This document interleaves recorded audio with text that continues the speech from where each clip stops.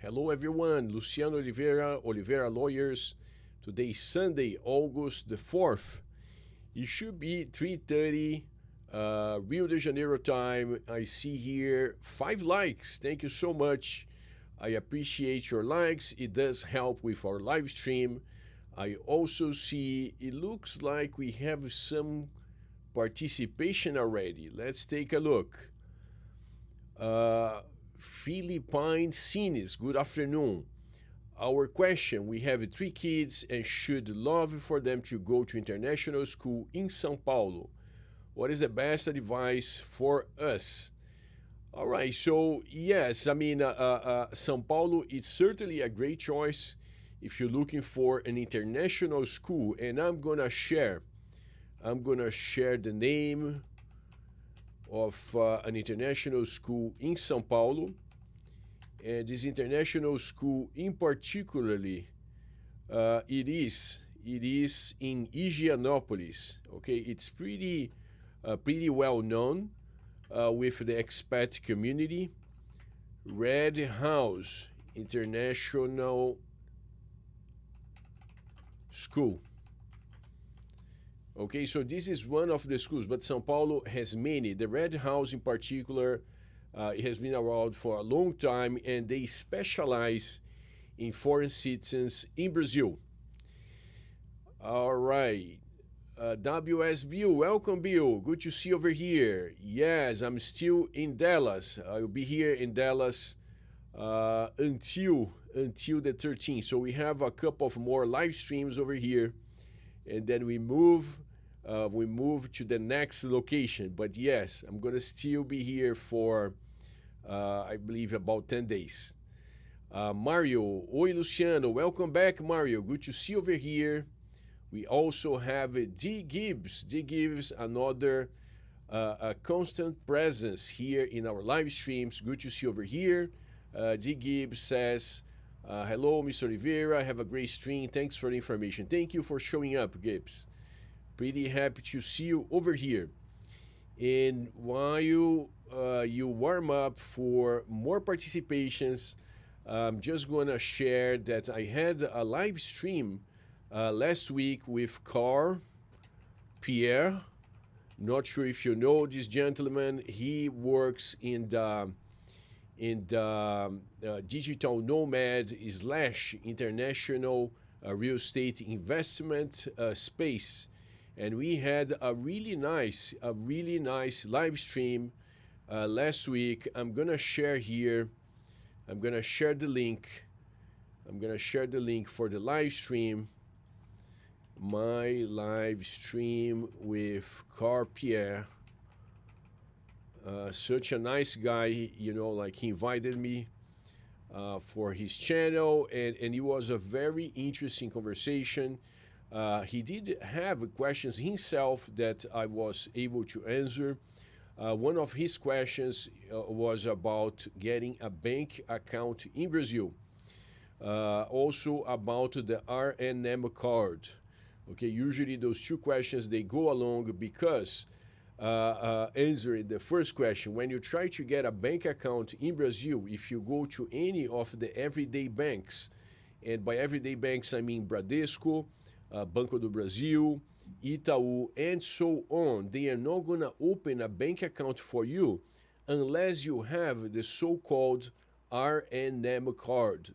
The RNM card is the Brazilian ID for foreign citizens residing in Brazil.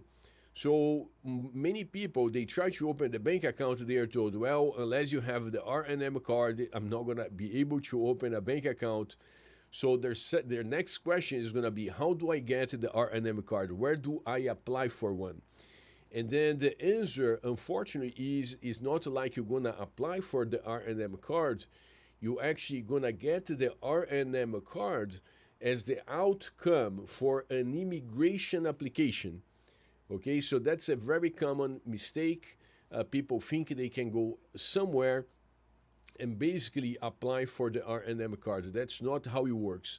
First, you need to secure something such as the digital nomad visa, the retirement visa, the real estate investment visa, and after the application and the approval, you're gonna be required to register with the Brazilian Federal Police. And once you register with the Brazilian Federal Police, that's when you're gonna get the RNM number at first, and then usually a month later you're gonna finally get the RNM card. And then with the RNM card, you can go back and open a bank account. Okay, just as a side note, there is a second type of account which we call the non-resident bank account in Brazil. However, for instance, Banco Itaú sometimes is going to ask you to keep like 50,000 US dollars in the so-called non-resident bank account for you to be entitled to have this special type of bank account that does not require the RNM card, right? So not really desirable or accessible, but it is what it is. So these were two of the questions that I discussed in my live stream with Carl Pierre. And if you want to watch the full live stream, there you go. You got the link over there.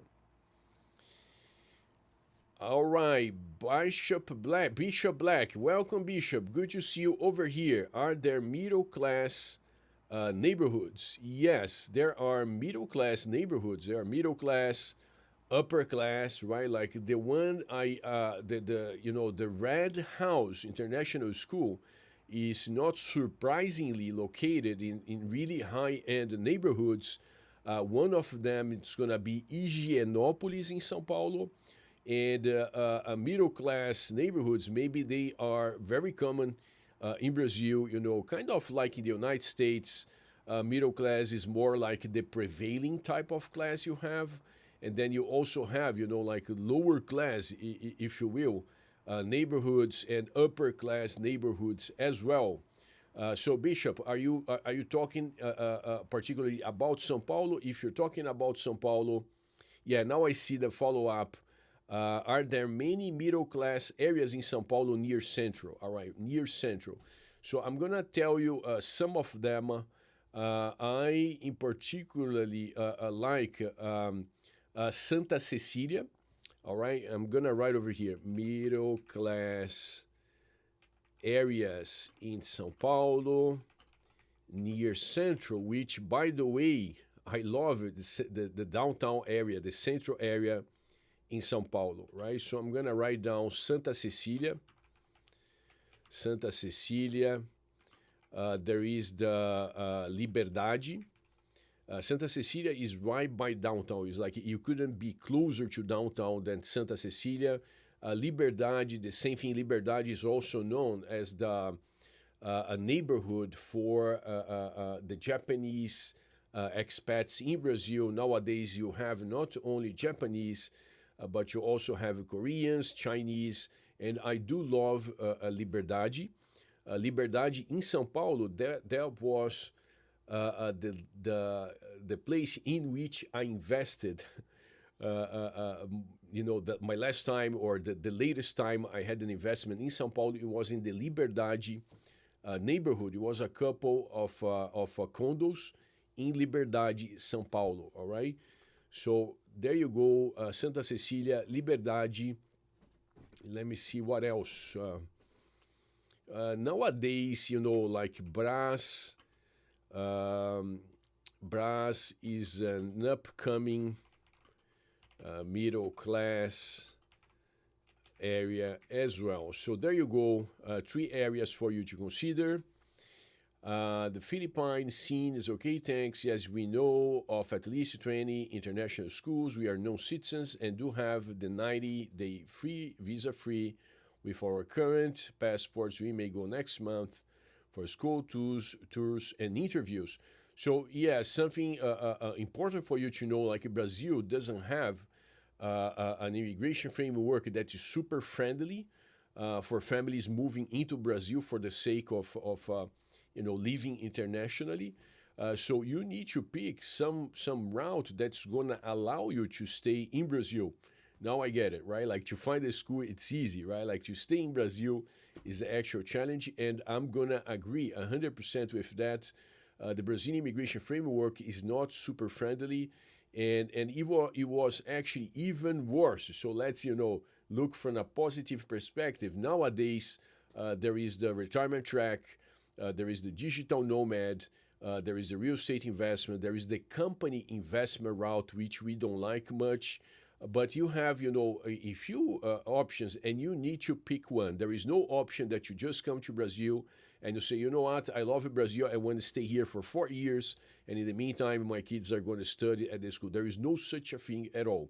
One potential track, just because we are talking about studies, it would be, right? But of course, like the parents will need to have a free time to do so, but for everyone to be studying. So if the parents are studying, let's say, a bachelor's degree, and the children are studying at I don't know, like mid school, elementary school, or high school, the parents would be able to stay in Brazil for as long as they were studying. But of course, people need to work, so the study route is not available for everyone. And the Philippines. So if you need a track to stay in Brazil, you gotta pick something. You can't just come and stay. So investment visa could be a track available for you. The digital nomad is usually the lowest hanging fruit, but unfortunately, it does allow you to stay in Brazil for just up to 2 years. What I like to tell about the digital nomad is it may work as a bridge visa. Let's say if you don't have if you're not like at a time to buy a property in Brazil, if you're not like a potential retiree, you can get the digital nomad, which would give you access to Brazil for up to 2 years, and then during those 2 years you could potentially find a more long-term route. Mario, after a house property is purchased in Rio, can I get a will for my property and put my daughter, who's an American, as the inheritor if something were to happen to me? What is the process to do it? Mario, yes, you can do that. Brazil usually is going to recognize wills that are done abroad. So if you are, let's say, if you are in the United States, Mario, you're saying that your daughter, she's an American, so I'm going to assume you are based in the United States. So if your will is in the United States and something happens to you, a probate in Brazil would be needed, meaning that the probate in the United States is not going to command the property in Brazil. So you're going to need to have a probate in Brazil, but the will from the United States, as long as it was done according to the specific rules of the state in which the will was prepared, it's going to be considered valid in Brazil to the maximum extent allowed by our legal system. Meaning, if there is something too crazy in the will, it wouldn't be honored. But as long as it is a standard will, there is a good chance that the will would be taken into consideration and applied into the Brazilian probate for your property. Okay, and that's something common.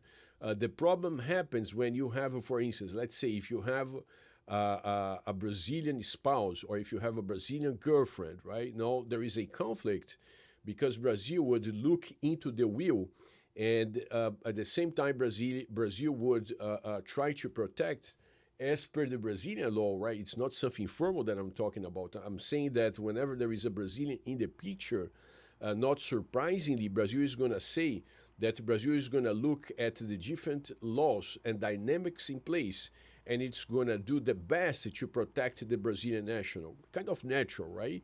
So, like I said, if you don't have a Brazilian girlfriend, if you don't have a Brazilian spouse, if you buy a property in Brazil, you have a will with your daughter as your heir, most probably than not, your daughter is not going to have much difficulty other than the huge red tape and bureaucracy, but she's not going to have like a legal challenge to receive your property through the Brazilian probate.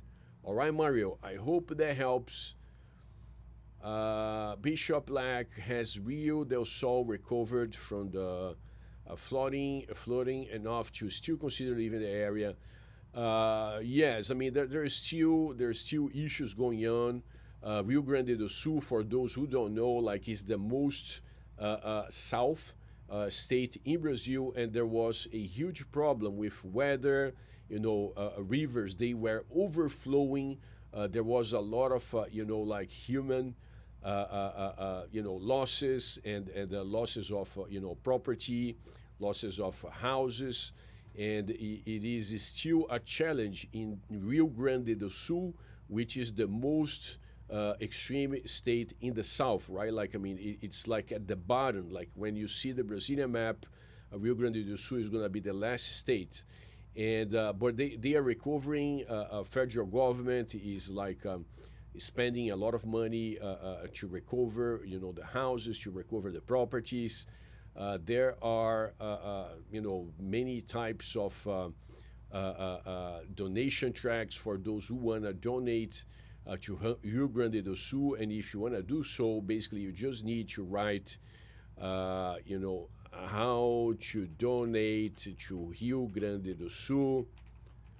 And it was a pretty good, still in need of help, right? I just wrote over here. So just search how to donate to Rio Grande do Sul. There are several official tracks for people to donate. There is even Red Cross. Like if you just search that, you're probably going to find the Red Cross website. And then, yes, you can help people recover from the weather challenges that Rio Grande do Sul had in the last few months. All right, Aaron, welcome, Aaron. Good to see you over here. I've heard you mention on the streams it is important to have you structure a currency exchange contract for real estate visas. If I use Wise for paychecks and buy a 300,000 condo a year, wouldn't work, right? So paychecks. Not sure if by paychecks you mean like the physical check, right? Wise for paychecks. Maybe you're saying for the payments, right? Wise, there are two types of Wise, okay? There is one Wise that goes up to 10,000 US dollars, and that's the Wise.com that you use for everyday remittances. And this one, I don't think it's a good match. There is a good chance you're gonna have problems to buy a property. Okay, particularly to qualify for the real estate investment visa. Now, there is a second type of Wise that is actually handled at the back office, and this would allow you to send up to 50,000 US dollars, actually 250,000 Brazilian reais. And the downside with this route is that Wise doesn't actually handle this process itself. They are going to outsource. They are going to outsource your transaction to another bank. They've been using Banco Rendimento forever. I'm not sure if they replaced Banco Rendimento. I heard news that they would pick someone else or they would work with multiple banks. But basically, they are going to be outsourcing your transaction to someone else. And sometimes it looks like it works, sometimes it looks like it doesn't work. Because sometimes people are going to come to us and they're going to say, listen, I've been trying to work this out with Wise for 5 weeks and nothing happens, like I haven't sent the money.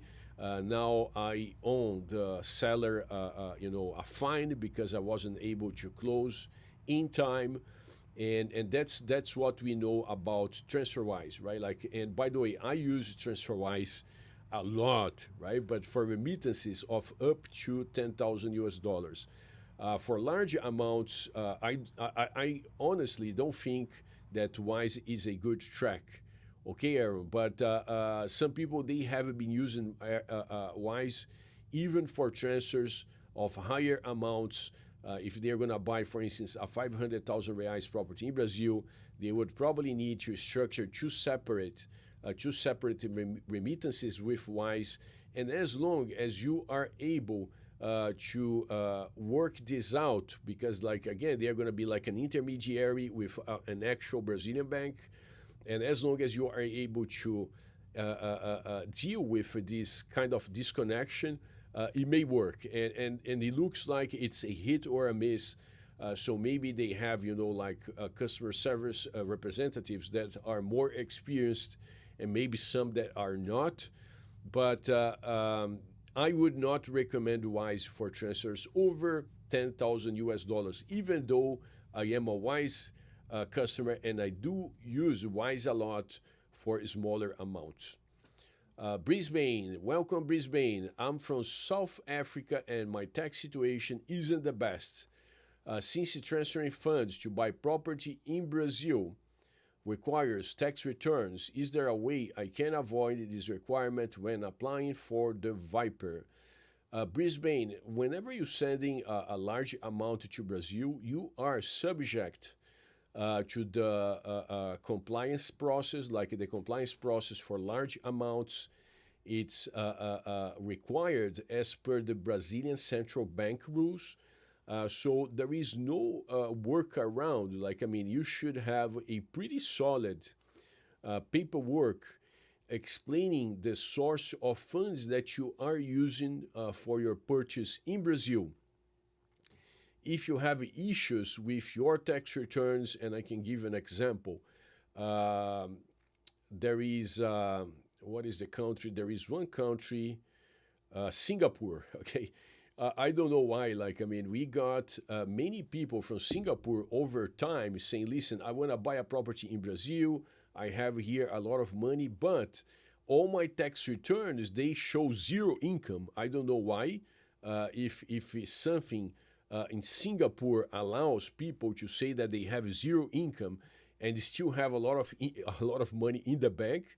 But for every single person who came to us from Singapore, we were not able to help. And we even got, like, I think, it was a lady from Singapore, and she got mad at us because we couldn't help. She said, well, but I have a lot of money. I don't need to work with you. She got really mad at us, right? That usual saying, don't shoot the messenger, right? Like, and she was shooting the messenger because we told her that she wouldn't be a good match to buy property in Brazil, to send the money to Brazil, unless she had a tax return. Okay, so unfortunately, I gotta tell you that like the tax returns, they are pretty consistently asked for when you send the money to Brazil. Okay, for some reason, sometimes we have clients who are buying a property and the bank takes a look into their bank statements, right? Or maybe a W-2 in addition to the bank statements, and they are satisfied. They are not going to ask for the tax returns from the buyer. Instead, they are going to ask for the tax returns from the seller. But if you have a tax return that's not going to be able to show that you're getting the income compatible with the money that you have, that's something to be discussed, Brisbane. So maybe if you want to schedule a consultation with us so we could review whatever you have in terms of tax return, whatever you have in terms of income, whatever you have in terms of bank statements, if you have a W-2, if you are a contractor, if you are a business owner, we could probably give you better feedback. But if you don't have a tax return supporting income compatible with the property that you're going to buy, that usually it's a point of concern for sure, Brisbane. Philippines, we have also already spoken to admissions of British College of Brazil International School and Curitiba International School too. That's good for you. Can kids have school education visa and parents the family reunion visa? No, this is not a good arrangement, right? Like, I mean, you can say that you're going to reunite with your kids because usually the Brazilian government, for the family reunion visa, they are going to think backwards, right? Like, they're going to expect the parents to have like a very solid visa in Brazil, and then your children could have the family reunion visa, something that's not a sure shot, but sometimes it works. Is like one of the parents is going to have a strong visa and the other parent or the spouse in this case is going to have a family reunion visa. But there is no such a thing as children with the student visa, which makes a lot of sense. Your kids could have potentially the student visa, but the parents cannot piggyback on the children, right? Because it wouldn't make much sense. The children is not going to be financially supporting the parents. But there was an interesting question, okay? All right. Caleb, welcome, Caleb. I know we had a Caleb not long ago. I'm not sure if it was you, but you are welcome here anyhow. Do you know if the Polícia Federal does a home visit for an application for citizenship, even if you live in a really remote area, like a small village in Amazonas? That's such an interesting question, Caleb.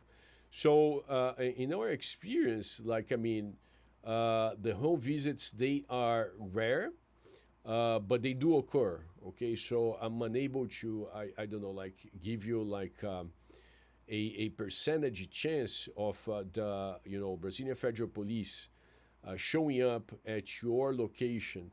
But if I was the government, right? If I was the government, I would keep most of the visits like in more central areas, but I would not discard visits to remote locations.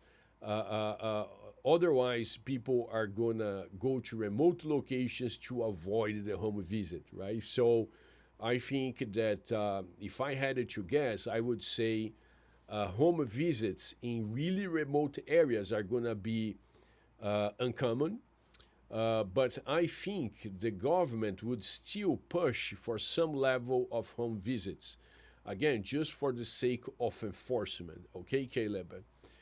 I hope that helps. Mario says, okay, thanks. You're pretty welcome, Mario. Keep the participation coming. Simon Mills, hello from Scotland. Welcome, Simon. Very good to have someone from Scotland. All right, the Philippine scenes definitely will schedule a call with you soon. Thanks for the quick info. You're pretty welcome. And yes, whenever you schedule a consultation, then we can go in details, discuss your plans and see what kind of alternatives there may be for your needs. Aaron says, using TransferWise every 2 weeks, funding a Pix account, accumulating reais, then buying a property when Pix balance is 300.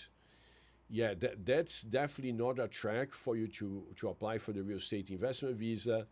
If you want to buy properties, that route, to fund a local bank account, a Pix account, that could work for you to buy property, but certainly this is not the correct track for you to secure the real estate investment visa, all right? Like, I would be surprised if this approach works, because the standard approach, Aaron, just to make sure you know about the standard approach for buying property, it's going to be you're going to send the money from abroad to the seller, right? To the seller.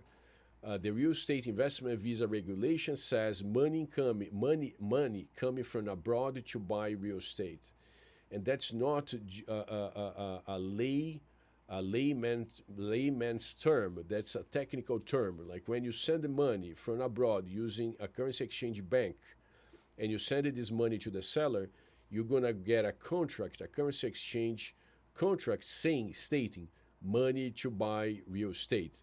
And that's not because you told so, it is because that's how the bank was qualifying the transfer when you sent the money.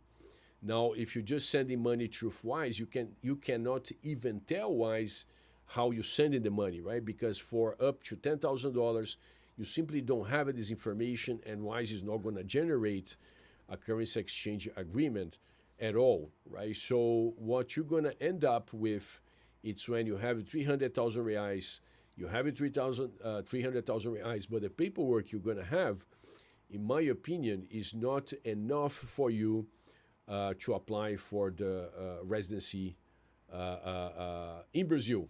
All right, Aaron. Maybe a consultation would be in order for you to send your monies in a way that is going to be supporting for the real estate investment visa later on. Okay, Aaron, that would be a good recommendation. First few years would be as a digital nomad. Aaron, I like that approach. Usually when people come to us and they say, I want to buy a property in Brazil, I'm going to, apply for the real estate investment visa. I have, the first question, why do you want to do so? If the person tells me, well, I've been traveling to Brazil for 20 years and now it's time to buy a property, I'm going to, give a thumbs up and say, you know what you need, and by all means, let's, help you get to that point. Now, if the person tells me, well, I'm tired of the United States, I want to try something different, usually my recommendation is going to be the following. Don't go straight ahead with the real estate investment visa. Instead, try the digital nomad first, because the digital nomad is a low commitment way of you staying in Brazil for up to 2 years. And because if you buy a property later on when you try to sell, first because buying property in Brazil is no piece of cake, right? You're going to need to hire a professional. There is a lot of friction. There is a lot of costs involved. And when you try to sell, not rarely, you're not going to be able to get what you paid, particularly if you're selling, like 1 or a couple of years down the road. And if you are in a rush, like sometimes you're going to lose money. So therefore, Aaron, I like your strategy. Start with the digital nomad and, do real estate transactions later on. Brisbane, thanks for the response. Would the digital nomad visa also require tax returns? Once I got things sorted out here, I will be sure to contact you. Thanks. You're welcome, Brisbane.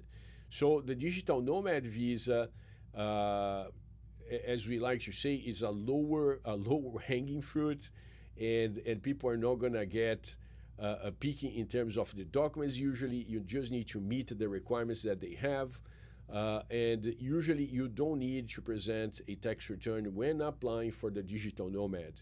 Now, when you're applying for the digital nomad, there are 2 main tracks. One is going to be through a consulate abroad. The other one is going to be in Brazil.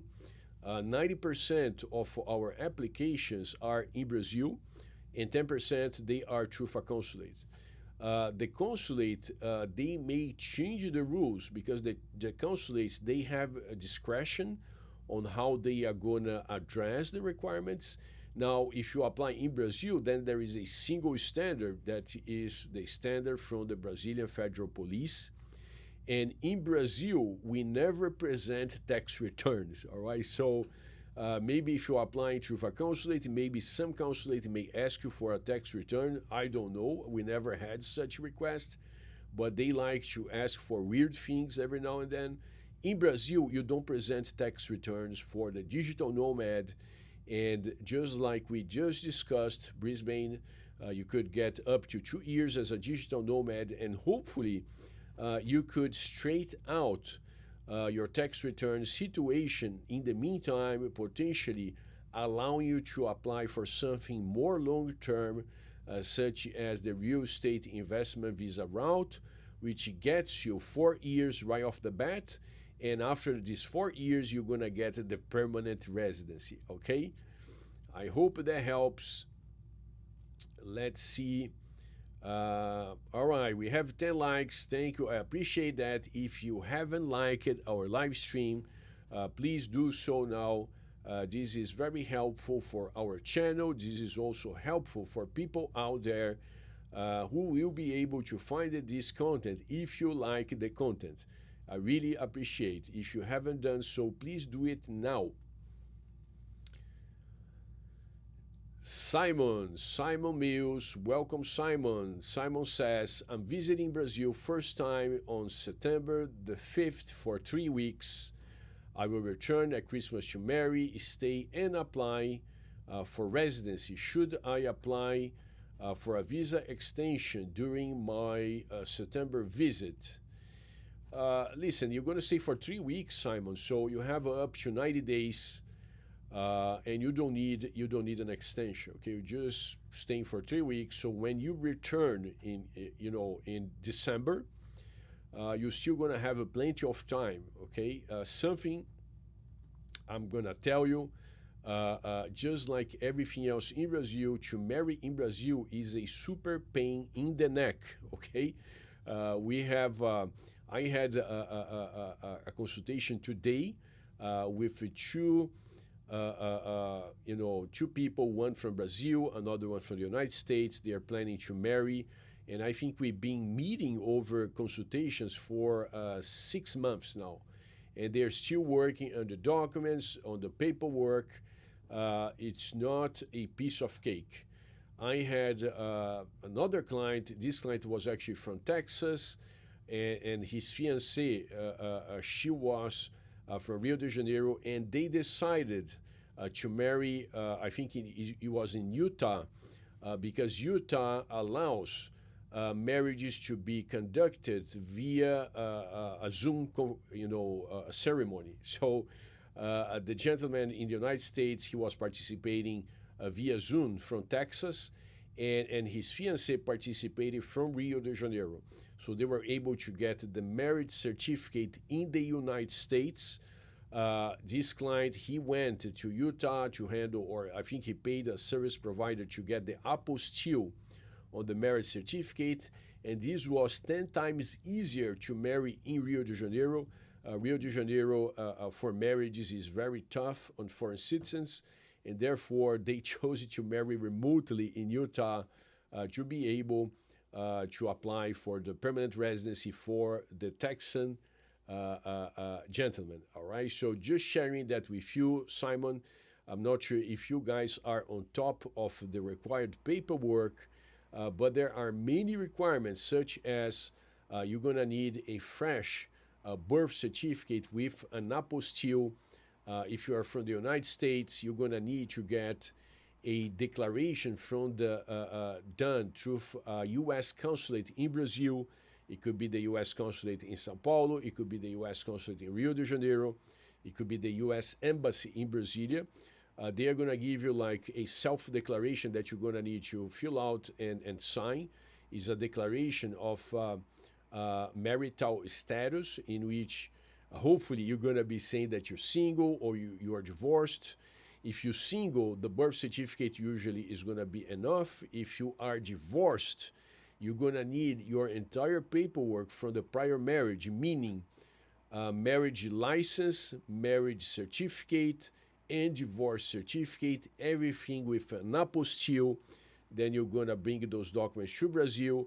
There's going to be a need for a sworn translation, and after the sworn translation, there's going to be a need for a recording with a special type of registry called RTD. And this is just part of the things you're going to need to do, Simon. So maybe, this gives you a hint of the red tape and paperwork required for a foreign citizen to marry in Brazil. This said, there is a large number of foreign citizens marrying in Brazil, as long as you are prepared to handle the paperwork, the red tape, you will be fine, Simon. Langley, welcome, Langley. There is a YouTuber who claims that he was able to renew his digital nomad visa for a third year. Is this possible? I read online it was just 2 years. Yes, Langley, that's possible, but it's not guaranteed. And I think, like I mentioned, my live stream with Carl Pierre last week, and I think I even mentioned, it is possible sometimes to get a renewal for a third year, but because it's not guaranteed, that's not a route that we're going to recommend to anyone. Whenever you're planning your future, you don't want to, rely on something that's not steady. So our recommendation is, use the digital nomad visa as per the regulation, which says a single renewal, and then you move to something more longer term. But Langley, yes, we have a notice of people getting for a third year, but if you read the regulation, there is a pretty a clear and detailed regulation for how to apply for the digital nomad visa, and it clearly says a single renewal. Okay, I hope that helps. Philippine scenes. When we pick schedule a Zoom call consultation, will the Zoom be with you directly or another person? That's a good question. Sometimes it's going to be me, sometimes it's going to be someone else. But if you mention, like when you schedule the consultation, there is a field for you to give us like a heads up about the subjects you want to have discussed. And if over there you write, oh, I am a participant of Luciano Oliveira's live streams and I want to have my consultation with him, they are going to make sure that I am assigned to your consultation. And if I'm not available at the time that you booked, then they are going to propose a few alternative times for you to meet with me. And I appreciate the preference. Ronnie Dio, I received documents to apply for an international mortgage from Santander, but I haven't started the process yet. We'll keep you informed about my experience. Thank you for sharing, Ronnie. Yes, I've been sharing Santander. There is a second bank as a possibility, right? It's just like the third time for the digital nomad. Is far from being a sure shot, but I think I did mention for Ronnie Santander. In addition to Santander, there is another bank that may be able to get you a mortgage, which is Banco Inter, all right? But usually not easy to accomplish. Ronnie is a brave man, and he's going to let us know the outcome of his application. Philippine scenes. Is the digital nomad visa allow multiple entries during the 2 years of the digital nomad visa term? Yes, you can enter Brazil as many times as you want.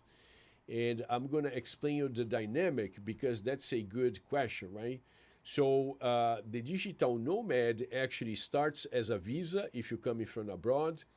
But once you are in Brazil, you are required to register with the Brazilian Federal Police. And once you register with the Brazilian Federal Police, you're going to eventually get the RNM card. Okay, so there's not going to be a visa on your passport that, the Brazilian Border Control is going to be looking at. They're going to actually look at your resident card. It's the same thing for people who travel to the United States as a green card holder. They're not going to have a U.S. passport, of course. Let's say if the Brazilian is traveling to the United States, they are going to have a Brazilian passport with no visa, but they are going to have the green card on the other hand, right? So once they arrive at the border control in the United States, they are going to present the Brazilian passport and they are going to present the green card. And then the border control is going to look at the green card, is going to do the verifications, and then they're going to let the person in. So for Brazil, it's the very same dynamic. You're going to have the RNM card. The RNM card is the Brazilian ID for foreign citizens. And then whenever you are arriving in Brazil, all you need to show is your passport and the Brazilian RNM card. Okay, so they're not going to be looking into a visa because visas usually, yes, they could have a limit to how many times you can enter the country. But the digital nomad, after your registration, is going to be kind of, not exactly a green card, although it's green, but it's going to be your a temporary resident card that's going to allow you to enter the country for as many times as you want during the course of 1 year. All right, Langley, could it be that after the digital nomad visa ends, we continue our studies to extend the stay in Brazil, for instance, taking a master's degree or a language school? That's a very good route. I did share here in the past about a friend of mine from San Francisco. His name is Max. Okay, I'm not going to tell you the second name, but he's a friend of mine. I met Max back in 2012, and the only way that Max could stay in Brazil, because there was no digital nomad visa, there was no anything else, right? It was like just the plain vanilla visas before President Bolsonaro came along. So that was back in 2012. So the only route for Max to stay in Brazil was actually study. And he did study for 2 degrees in Brazil. He got 2 degrees. He got 1 degree for accounting, and the second degree, I'm not sure if he finished up, but it was for law. Okay, so there was Max, strategy for staying in Brazil for a long term, and that's exactly what you could be doing here, Langley. You could be studying. It could be a master degree. It could be a language school. It could be a new degree. Why not learn a new subject, a new profession? But there you go. Yes, the student route, particularly when you can study, right? Because some people, they need to work like 8-10 hours a day. If you need to work 8-10 hours a day, like the student visa route is not going to be a good match. But if you have your financials under control and you can, let's say, study half a day and work half a day, then the student visa, it may be a very long-term route for you to stay in Brazil. The downside is that a student visa doesn't give you anything other than the time that you can stay in Brazil. What do I mean by that? In Portugal, believe it or not, if you get a student visa and you stay in Portugal for 5 years, you can apply for either the permanent residency or even the citizenship. In Brazil, you can stay studying for 20 years, and after the 20 years, you don't get permanent residency, you don't get citizenship, right? So very different frameworks, like Brazil framework, Portugal framework, like the opposite. Portugal makes easy for people to become a permanent resident and a citizen. Brazil, exactly the opposite. It makes it really hard for people to achieve those things, okay? I hope that helps. All right, Simon, my question about visa extension earlier. My return at Christmas will be after my initial 90 days. Therefore, do I need to get a visa extension during my September visit? I presume yes. All right, but I understood, Simon, correct me if I'm wrong, like your first trip in September is going to be for 3 weeks, and then you're going to leave Brazil, and then you're going to come back only in December, right? So the 90 days, as long as you don't exceed 90 days in 180 days, which you're not going to exceed, you're just fine. You don't need to ask for an extension. All right, Simon? I hope I understood correctly. Simon has a follow-up question. Are apostille documents time limited? Very good question, Simon. So the question could be easier, but it's kind of convoluted, and it works like this. In Brazil, like in our birth certificate, when we marry, when we divorce, when we die, all of those things, they are going to be recorded on our birth certificate. Okay, so in my birth certificate, for instance, you're going to find a single entry that is my marriage. Okay, there is no other entries in my birth certificate. I mean, there is the birth certificate, and then there is an entry saying Luciano married back in 2003, and that's the only entry I have. Okay, now other people, they are going to have multiple entries. The person married in this date, the person divorced this date, the person had a second marriage on this date, and maybe the person, I don't know, maybe died right after that, and then all of those things are going to show on the birth certificate. Because of this dynamic, registries in Brazil, when you're trying to marry, they are going to ask that your birth certificate is not older than 90 days. And the reasoning behind is because they want to make sure that all of those facts, they are showing on your birth certificate. Now, I know as a fact that none of the 50 US states have anything similar to what we have in Brazil. I do know, but the registry doesn't know. And don't try to educate the registry, because usually the response is not going to be positive, right? So instead of educating the registry, what you're going to do is to present the documents within the 90-day time limit. Okay. Now, usually the 90-day they are going to enforce for the birth certificate, but if you have, for instance, your prior marriage, right? I'm assuming, or I'm just like sharing for the sake of explanation. Let's assume you had a prior marriage. For the prior marriage, marriage license, right, comes first, and then the marriage certificate comes second, and then the marriage or the divorce, which comes third. So all of those things, they shouldn't necessarily be 90-day fresh, because in the registry's head, it wouldn't change. Like those things, they are static in time. Okay, so I know many registries that they don't care if the divorce and marriage paperwork is like 6 months or 12 months old. But I cannot talk for all the registries, because each registry is going to have slightly different rules. Like the registries, they have a discretion on how to enforce the requirements. And therefore, my recommendation is, at least for the birth certificate, it should be super fresh.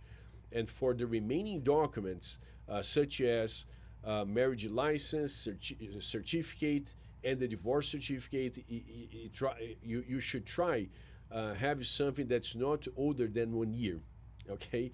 Now, if you're marrying, I'm gonna bet eventually you're gonna apply for the residency in Brazil, and then for the residency in Brazil, there's gonna be another document, which is gonna be the FBI background check for U.S. citizens. If you're not from the United States, then if you're from the UK, from Canada, or from any other country, then you're gonna need to have the highest standard background check you can get on a national basis, and supported by the government, right? It cannot be a private background check. I mean, you can, for instance, in the United States, you can use it for Idento-Go, which is a private agency, but the check is still done by the FBI. Okay, so this one, it should be 90 days fresh as well. Let's think from another perspective, Langley. If you want to make sure that everything is going to be good, the 90-day rule, it could apply across the board, and that would assure that no matter which registry you are using, you're going to be fine. You're pretty welcome. Thanks for the response, Mr. Oliveira. God bless. Thank you for being here, Langley. I really appreciate. All right. The Philippine scene. So the 90 days can be split within a full 180-day period of time related to the initial 90-day visa-free stay or 90-day online visa. They don't. That's an interesting question. There is no differentiation between the visa-free stay, which is technically a waiver, or the 90-day online visa. Okay, they are going to work pretty much the same, and the dynamic is going to be on a country-by-country basis. This information I'm giving here is particular to the United States. So for the United States, 90 days per 180-day time period. Okay, so this works just like I said for the United States. For other countries, it may work different. Okay, because Brazil has a really interesting table, and you could find this table basically by searching who needs a visa to travel to Brazil. Usually you're going to see this table, like they have 4 columns to the right side, and in the last column they are going to tell you the dynamic for the 90-day stay, if you can apply for a renewal. Some countries in Europe, for instance, they cannot apply for an extension within the 180 days. They say, listen, you can get an extension, okay? We had a client who got an extension despite being from a country that was not entitled for an extension, but I think it was more like an exception. We tried a few other times for other clients and it didn't work. So in theory, if your country qualifies, you can get an extension and potentially getting like 90 days plus 90 days, despite the 90 days per 180 days rule. Other countries, they don't have an extension available at all. We are a Caribbean country, yes, so you should take a look at this, special table from the Brazilian government, because then you can tell if your country would be like United States or more like one of the European countries that are not entitled to an extension. Okay, so right now we have a few minutes. We're gonna take an additional participation or two. Just asking you again, if you didn't like our live stream so far, please do so. We have right now 15 participants and only 12 likes. So I would guess some of you have not liked the live stream. I would appreciate if you could please like our live stream. It is good for our channel. It's good for other people to find this content. And I appreciate the effort. Thank you very much. We're gonna have another live stream on Wednesday as usual. It's gonna be on August the 7th, and it's gonna be at 12:30 Rio de Janeiro time. And we also gonna have another live stream next Sunday at the same time as of today, 3:30 Rio de Janeiro time. And if you come to our page on YouTube, you can click on Notify Me, and YouTube is gonna let you know that our live stream is starting, and then you're not gonna miss the opportunity to participate with us. So maybe I can have a question for you guys, and I see Bill. Bill is paying attention. Thank you, Bill.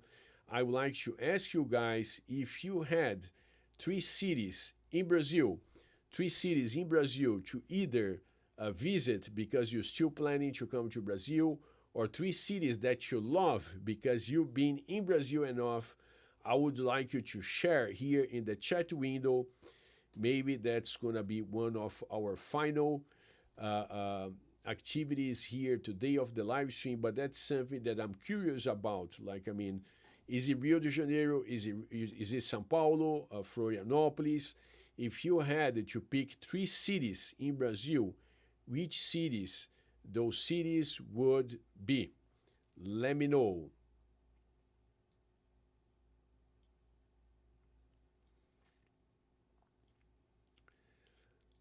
All right, so if I'm trying to get a better price for a property that I am interested in Brazil, what is the one thing I should do?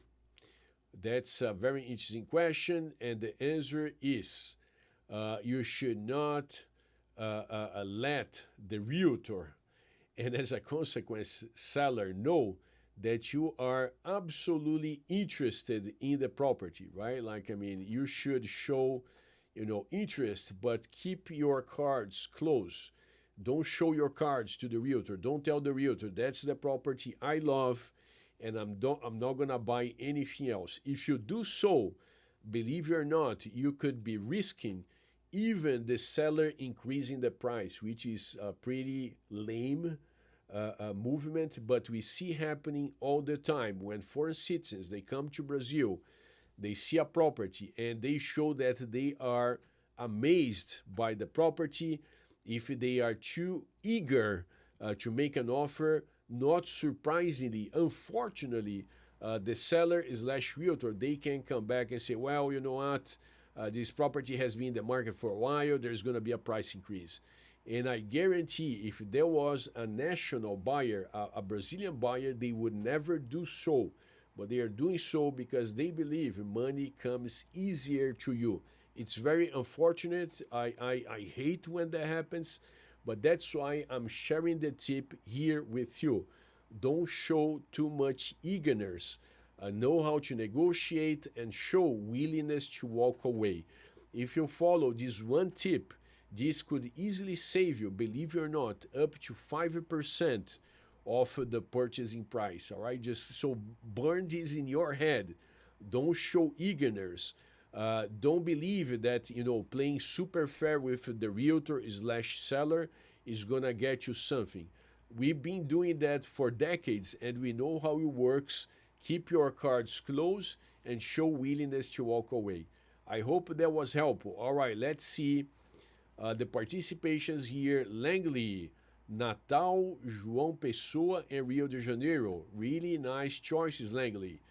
So Natal is the capital of Rio Grande do Norte. It's a state in the northeast, and I stay one state up. I stay a lot of my time in Ceará, which is a state after Rio Grande do Norte. João Pessoa, another capital in the northeast of Brazil. Rio de Janeiro, no need for introductions.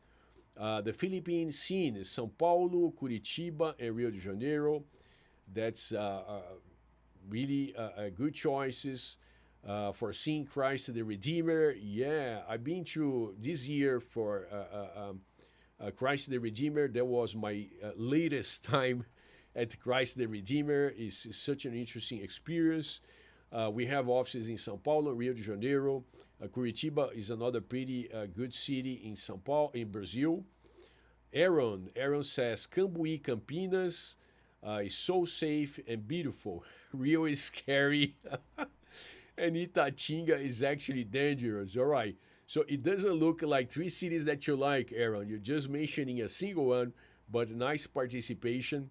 Cambuí, Campinas, right? Like, I mean, Campinas is like almost like, it's not a suburb of São Paulo, because Campinas by itself it's a huge city, but it's really close to São Paulo. Like, I mean, in terms of like the roads, you're gonna be driving probably for 50 minutes.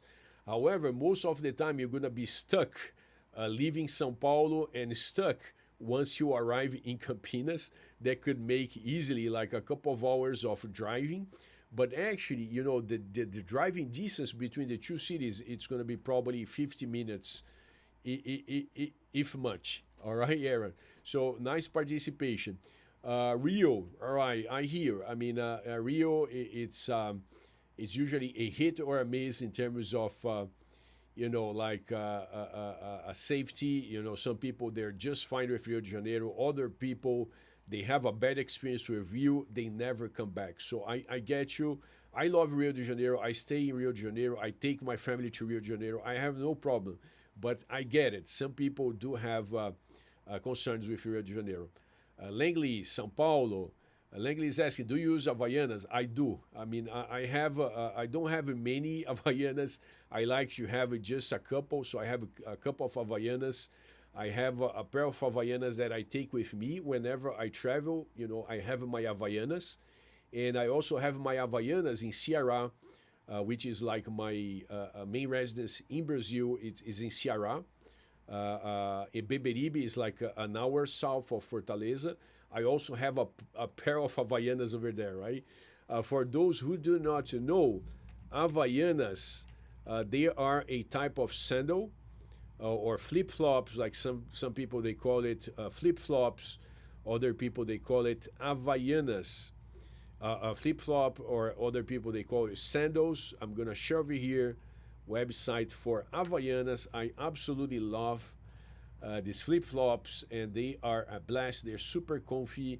I love to use in my free time, like whenever I'm not working. I'm going to be wearing shorts, like, t-shirt and my Havaianas for sure. Langley, I see you learning the Brazilian lingo and the Brazilian culture for sure. I want to say thank you to every one of you who participated in today's live stream. Don't forget to join us for Wednesday live stream. And thank you for your likes. I really appreciate it. And you all have a blessed rest of your Sunday.